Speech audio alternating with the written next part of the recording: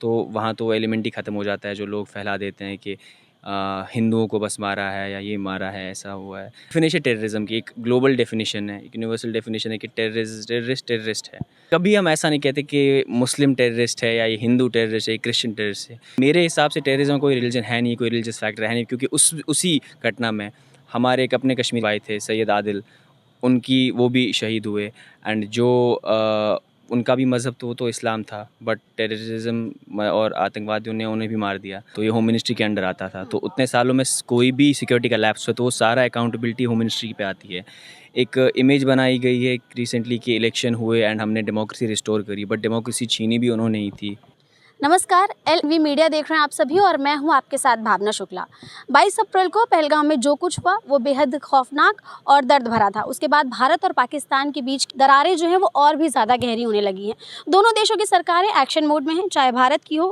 भारत ने जो फैसले लिए हैं कि वहाँ के कलाकारों के सोशल मीडिया हैंडल्स को बंद कर दिया है, चाहे वो क्रिकेटर्स हों, चाहे वो एक्टर और एक्ट्रेसेस हों, या फिर पाकिस्तान ने जो फैसले लिए हैं भारत के खिलाफ, उन सभी मुद्दों पर आज हम पब्लिक के बीच हैं और पब्लिक का क्या ओपिनियन है इस पर बात करेंगे।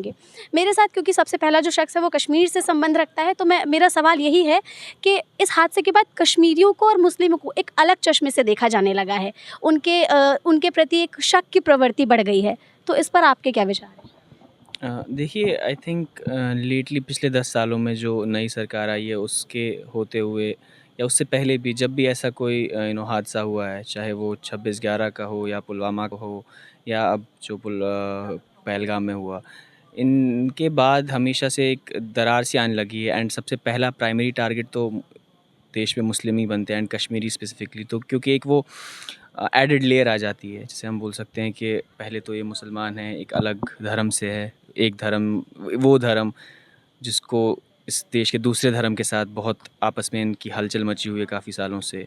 तो ये चीज़ हमेशा रहती है। एंड फिर मिस इन्फॉर्मेशन का भी है कि सोशल मीडिया पे कितना ज़्यादा फैल जाता है एंड वो हेट कितना ज़्यादा बढ़ जाता है। जो ये धारा थी जम्मू कश्मीर में 370 हटने के बाद ये दावा किया गया कि सुरक्षा में बहुत बदलाव किया गया, सुरक्षा बहुत चरम पर है। तो ऐसा कुछ हुआ था? देखिए वाक़ई में ऐसे देखिए, किताबें ऐसा बताई तो गई? है कि हम उतने वक्त से यहीं पे हैं ज़्यादा, जब से ये हुआ है। एंड अब हमारा कमेंट इस पे क्या रहे, बट जो फैक्चुअल बात यह है कि 370 हटने के बाद पूरा जो जम्मू एंड कश्मीर की सारी एडमिनिस्ट्रेटिव पावर्स यूटी के होते वक्त it all went back to Delhi, तो ये होम मिनिस्ट्री के अंडर आता था। तो उतने सालों में कोई भी सिक्योरिटी का लैप्स हो तो वो सारा अकाउंटेबिलिटी होम मिनिस्ट्री पे आती है। एक इमेज बनाई गई है रिसेंटली कि इलेक्शन हुए एंड हमने डेमोक्रेसी रिस्टोर करी, बट डेमोक्रेसी छीनी भी उन्होंने ही थी एक वक्त पे।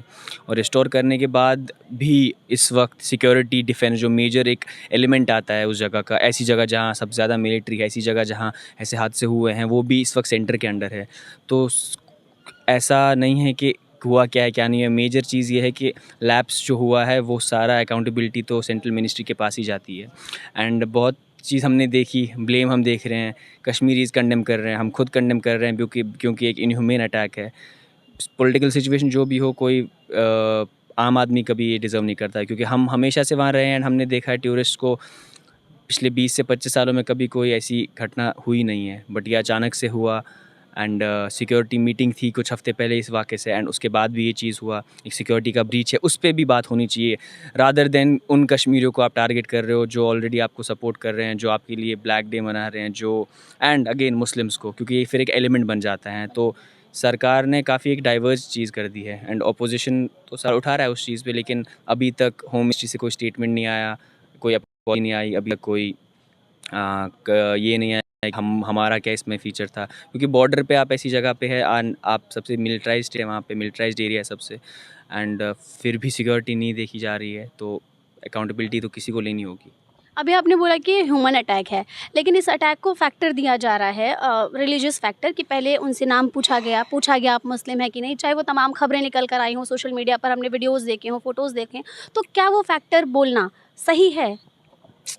देखिए, वो बहुत एक कॉम्प्लिकेटेड मैटर है, हर किसी का अपना अपना उस पर एक व्यू पॉइंट है। ऐसा है कि कम्युनल टेंशन्स तो इस देश में हुई हैं, बट टेररिज्म का कोई रिलीजन होता नहीं है। नो मैटर कोई कितना भी कुछ दिखाए, हर जगह टेररिज्म अवेलेबल है, हर जगह टेररिज्म है। एंड वो एक किसी रिलीजन के थ्रू नहीं है। हम पॉपुलर कल्चर में ये चीज़ जानते हैं कि एक रिलीजन ही बढ़ावा देता है, एक रिलीजन का रेडिकल ऊपर बढ़ावा देता है। एक जो अच्छा मुसलमान होगा वो ऐसा नहीं करेगा, अच्छा हिंदू होगा वो ऐसा नहीं करेगा। बट इसमें अच्छे बुरे की बात नहीं है। कोई व्यू पॉइंट रखता है अपने मज़हब के लिए एक एक्सट्रीम लेवल पे, हम नहीं बोल सकते कि वो गलत है उस चीज़ में। ऐसा है कि बस वो उसके थ्रू किसी और को नुकसान ना पहुँचाना चाहे। तो मेरे हिसाब से टेररिज्म कोई रिलीजन है नहीं, कोई रिलीजियस फैक्टर है नहीं, क्योंकि उसी घटना में हमारे एक अपने कश्मीर भाई थे सैयद आदिल, उनकी वो भी शहीद हुए।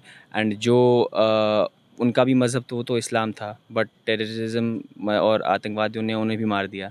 तो वहाँ तो एलिमेंट ही ख़त्म हो जाता है जो लोग फैला देते हैं कि हिंदुओं को बस मारा है या ये मारा है, ऐसा हुआ है। एंड अगेन मेरा स्टेटमेंट तो इसी पे जाएगा कि सिक्योरिटी ब्रीच पे आप बात करें, क्योंकि ऑब्वियसली कंडेमनेशन है, ऑब्वियसली दुख है और उन फैमिलीज़ को भी है।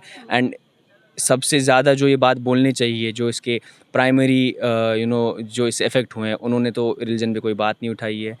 जो फैमिलीज़ है विक्टिम्स की, उन्होंने तो ऐसा नहीं बोला। उन्होंने तो बोला कि हाँ, हमें मारा गया है, हमारे अपनों को मारा गया है, बट इसमें रिलीजन का कोई हाथ नहीं है, टेररिज्म का कोई रिलीजन है नहीं।